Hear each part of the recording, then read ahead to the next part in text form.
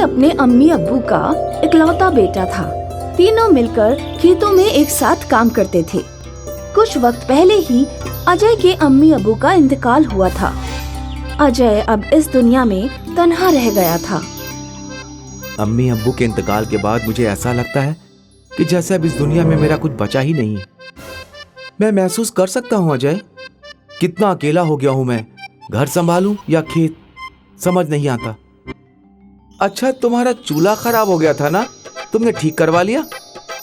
नहीं भाईजान, अभी इतना पैसा नहीं है कि मैं उसे ठीक करवा पाऊं।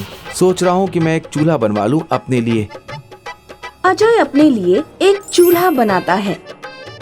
बस कुछ वक्त के लिए इस चूल्हे पर खाना बन जाए, फिर अपने लिए नया चूल्हा ले लूंगा। अजय चूल्हे पर खाना बनाने की कोशिश में कभी अपने हाथ जला लेता और कभी धुआं की वजह से खांसता रहता। अजय जला हुआ खाना खाते हुए लिखता है। एक रात अजय खेत से बहुत देरी से आता है और घर में कुछ भी खाना नहीं बना है। भूख से उसके शिकम से आवाजें आ रही थी। अजय रोते हुए अपनी अम्मी को याद करता है। अम्मी, अगर तुम होती तो यकीनन मुझे कभी भूखे पेट नहीं सोना पड़ता। कितनी बुरी किस्मत है मेरी। अजय रोते रोते खिचड़ी बनाता है और फिर खाकर कुकर चूल्हे में ही रखकर सो जाता है। दूसरी सुबह कल रात को मैंने बेहद ही उम्दा खिचड़ी बनाई थी। काश थोड़ा बचा लेता तो आज भी खा सकता था। ये कुकर इतना वजनदार क्यों है? मैंने तो कल सारी खिचड़ी खत्म कर दी थी। अजय कुकर खोलकर देखता है तो उसमें कुकर भरकर खिचड़ी पड़ी हुई थी। अजय हैरान हो जाता है। फिर उसके जहन में आता है कि शायद उसने कल रात को गलती से ज्यादा खिचड़ी बना दी होगी। अजय खिचड़ी नौश फरमाता है और खेत पर भी ले जाता है। अजय, आज तो तुम बड़ा लजीज खाना लेकर आए हो। लगता है खाना बनाना सीख गए हो तुम। उस रात को अजय रोटी और तरकारी बनाता है और तरकारी की कढ़ाई चूल्हे पर ही रखी होती है। अजय खाना नौश फरमाने के बाद जब कढ़ाई चूल्हे से उतारता है तो कढ़ाई तरकारी से लबालब भरी होती है। आज तो मैंने इतनी तरकारी बनाई ही नहीं थी। दूसरी सुबह अजय दाल गोश्त बनाता है और बची हुई दाल गोश्त गांव वालों में बांट देता है। अजय, मैं क्या सुन रहा हूँ? तुम गांव वालों में खाना तकसीम कर रहे हो? कल तक तो तुम्हारे पास गैस भरवाने के लिए भी पैसे नहीं थे। एक राज की बात बताऊं? चलो मेरे साथ।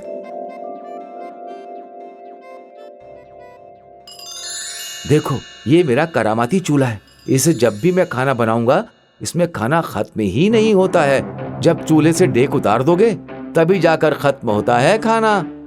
ये तो बहुत उम्दा बात है, पर तुम गांव वालों को मुफ्त में खाना क्यों दे रहे हो? तुम्हें इसकी उम्दा कीमत मिल सकती है, माला माल हो जाओगे तुम। नहीं दोस्त, मुझे माला माल नहीं बनना। इस चूल्हे ने बहुत खराब हालत में मेरी मदद की है। मैं चाहता हूँ इसके जरिए मैं भी वैसा ही करूँ और जरूरतमंद लोगों की मदद करूँ। तुम अहमक हो गए हो जनाब। मैं तो कहता हूँ एक होटल खोल लेते हैं। मैं तुम्हारा दोस्त हूँ अजय, तुम्हारी बेहतरी के लिए ही बोल रहा हूँ। जय और अजय ने मिलकर होटल खोल लिया। उनकी अच्छी आमदनी होने लगी। ज्यादा मेहनत किए बगैर अच्छी आमदनी होते देख जय लालची हो गया और चूल्हे को अपना बनाने के बारे में सोचने लगा। अजय, तुमने कभी ये गौर किया है कि जब हम एक चूल्हे से इतनी आमदनी कमा सकते हैं तो दो चूल्हे से हम कितनी आमदनी कमा सकते हैं? पर यार, इसकी क्या गारंटी है कि दूसरा चूल्हा भी जादुई चूल्हा बनने वाला है? तुम बना कर देखो, क्या मालूम तुम्हारा जादू फिर से काबिज हो जाए। अजय और एक चूल्हा बनाता है, पर जैसे ही उस चूल्हे में आग भड़कती है वो चूल्हा फट जाता है। लाहौल विला, ये तुमने क्या किया? ऐसा क्या कर दिया तुमने चूल्हे में? मैंने तो बिल्कुल हूबहू वैसा ही बनाया था जैसे मैंने पहला वाला चूल्हा बनाया था। कल फिर से कोशिश करना। अजय ने दूसरा चूल्हा बनाया और अफसोस कि वो भी फट गया। जय आग बबूला हो गया और वो अजय पर चिल्लाने लगा। एक चूल्हा भी तुमसे ठीक से नहीं बनाया जाता। हाँ तो क्या हो गया? एक चूल्हा तो हमारे पास पहले से है ना। ज्यादा आमदनी के चक्कर में हनीस हो गए हो तुम। हनीस तुम हो गए हो अजय। तुम नहीं चाहते कि मुझे दूसरा चूल्हा मिले, इसीलिए तुम गलत चूल्हा बना रहे हो। अजय वहाँ से तुरंत रवाना हो गया। वो ना तो हनीस था और ना ही वो अपनी आमदनी को जय से छुपाना चाहता था। उसके जहन में आया कि फिर से एक चूल्हा बनाया जाए, पर ये आखिरी चूल्हा होगा। अगर ये भी आग से फट गया तो वो पहले वाला चूल्हा जय को देकर खुद खेती करने चला जाएगा। अजय ने ठीक पहले चूल्हे के मानंद दूसरा चूल्हा बनाया और उसे होटल में रखकर सो गया। ये अजय मेरे सारे ख्वाबों में पानी फेर देगा।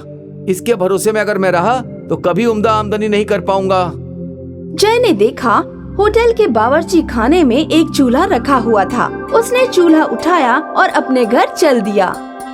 दूसरी सुबह, अजय बेटा उठो, उठो अजय बेटा, उठो। हाँ, क्या हुआ? जय गांव छोड़कर गायब हो गया है। क्या? उसका पूरा घर खाली है। वो अपना बोरिया बिस्तर लपेटकर शहर की तरफ गुजरते हुए देखा गया, आवाम ने बताया।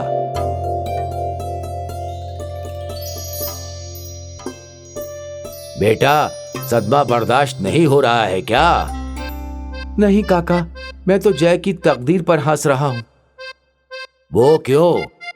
उस मजलूम को लगा होगा कि जादुई चूल्हा चुराकर शहर में बहुत सारी दौलत कमा लेगा, पर जादुई चूल्हा तो मैं कल अपने साथ घर ले गया था।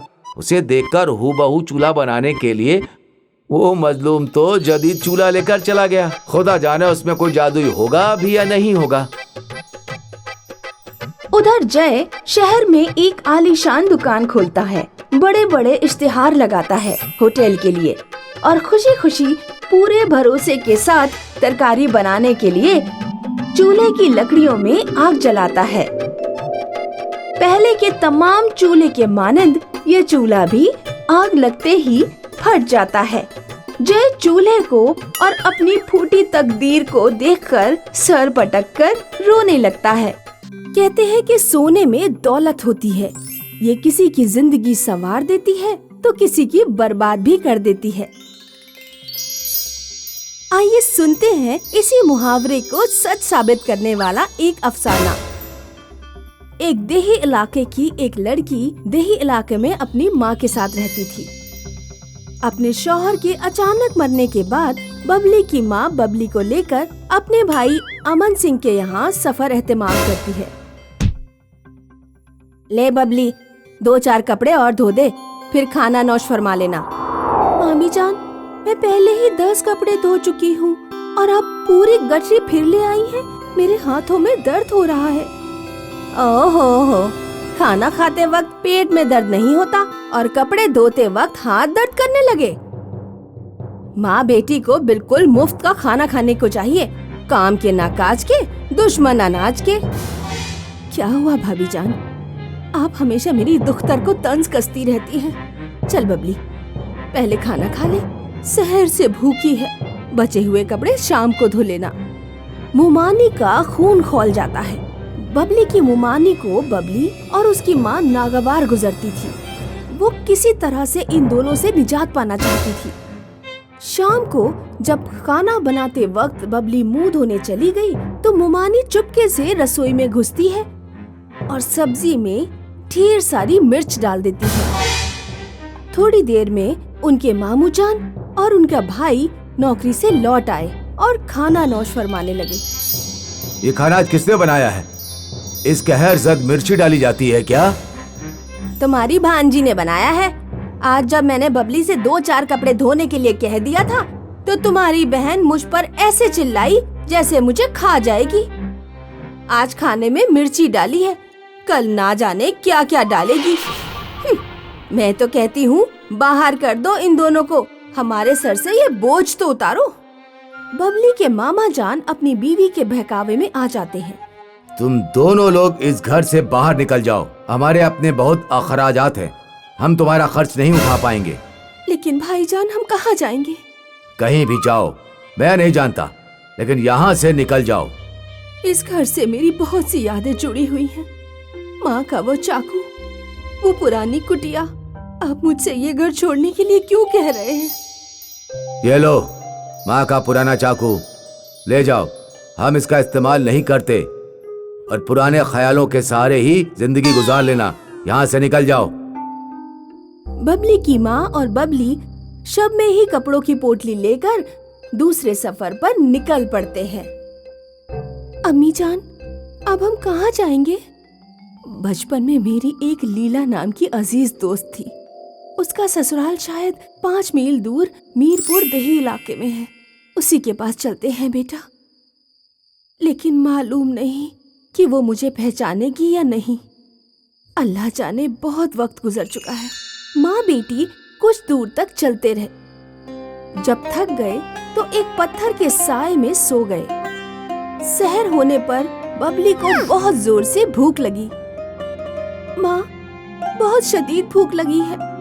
वो देख, सामने एक आम का पेड़ है, उस पर कच्चे आम लगे हैं। वहीं से कुछ आम तोड़ ला। बबली दरख्त पर चढ़कर कच्चे आम तोड़ लेती है। जैसे ही वो चाकू से आम को काटती है, आम सोने का बन जाता है। ये क्या हुआ माँ? लगता है आपकी माँ के चाकू में कोई तिलिस्मी शय है। हमारे पास सोना तो आ गया, लेकिन ये जगह रहने लायक नहीं है। हमें मीरपुर ही चलना चाहिए। बबली और उसकी माँ मीरपुर पहुंचकर सोने को फरोख्त करते हैं और एक बड़ा सा घर खरीद लेते हैं। बबली की माँ हाथों हाथ बबली की शादी कर देती है। वो बबली को ससुराल नहीं भेजती। बबली का शौहर घर दामाद बनकर उन्हीं के साथ रहने लगता है। एक दिन जब बबली की अजीज दोस्त लीला अपने मायके गई तो उसने देही इलाके के लोगों को बबली और उसकी माँ के बारे में जिक्र किया। बबली की उमानी लीला की बातें सुनकर हैरान हो गई। उस रात अमन सिंह घर लौटा तो वो उनसे बोली, सुना है आपने जो अपनी बहन को चाकू दिया था वो कोई तिलिस्मी चाकू है। उससे कोई भी चीज काटिए वो सोने में तब्दील हो जाती है। किस्मत ही खराब है हमारी, इतना कीमती चाकू आपने उनको दे दिया। तुम बेफिक्र रहो, मैं उस चाकू को किसी बहाने से अपने घर ले आऊंगा। अमन सिंह माँ के चाकू की तरह एक चाकू तकमील करवाता है। वो एक चूहा अपने साथ लेता है और एक दिन बबली के घर पहुँच जाता है। बबली की माँ उस दिन घर पर तन्हा थी। सलाम अलैकुम आपा, मैंने तुम्हारे साथ जो कुछ भी किया मैं उसके लिए माफी चाहता हूँ। कोई बात नहीं भाईजान, अब हम अपनी जिंदगी में खुशहाल हैं। अमन सिंह ने देखा कि तिलिस्मी चाकू पास की मेज पर ही रखा है। वो अचानक ही अपनी जेब से चूहा निकाल देता है। इतने में ही अमन सिंह चाकू को बदल देता है। अरे अरे अरे, मुझे माफ करना, पता नहीं चूहा मेरी जेब में कहाँ से आ गया। शायद रास्ते में घुस गया होगा। अच्छा आपा, अब मैं चलता हूँ। इस तरह फरेब से अमन सिंह तिलिस्मी चाकू को लेकर अपने घर पहुँचता है। वो तिलिस्मी चाकू से ढेर सारा सोना दस्तयाब करता है। ज्यादा दौलत आने की वजह से अमन सिंह का बेटा बर्बाद हो जाता है। वो लोग जल्दी ही बहुत ही दौलतमंद बन जाते हैं। वो जुआ, शराब और मस्तीखोरी में मुब्तला हो जाते हैं। एक दिन विनोद जब अपने घर लौटा तो अमन सिंह उससे बोला, विनोद, ये कोई घर आने का वक्त है? तुम बहुत पैसे बर्बाद करने लगे हो और अपनी हालत तो देखो जरा। जब घर में सोना देने वाला चाकू है तो मैं पैसे की फिक्र क्यों करूं?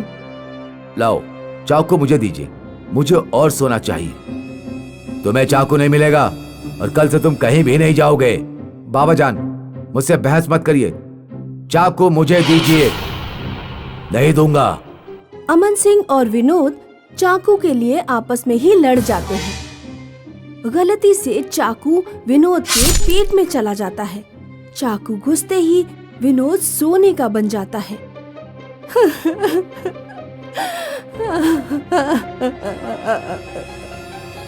या अल्लाह, ये क्या हो गया? मेरी जिस्त बर्बाद हो गई। मैंने चाकू से अपनी किस्मत फोड़ ली। मेरी इकलौती औलाद मेरे हाथ से चली गई।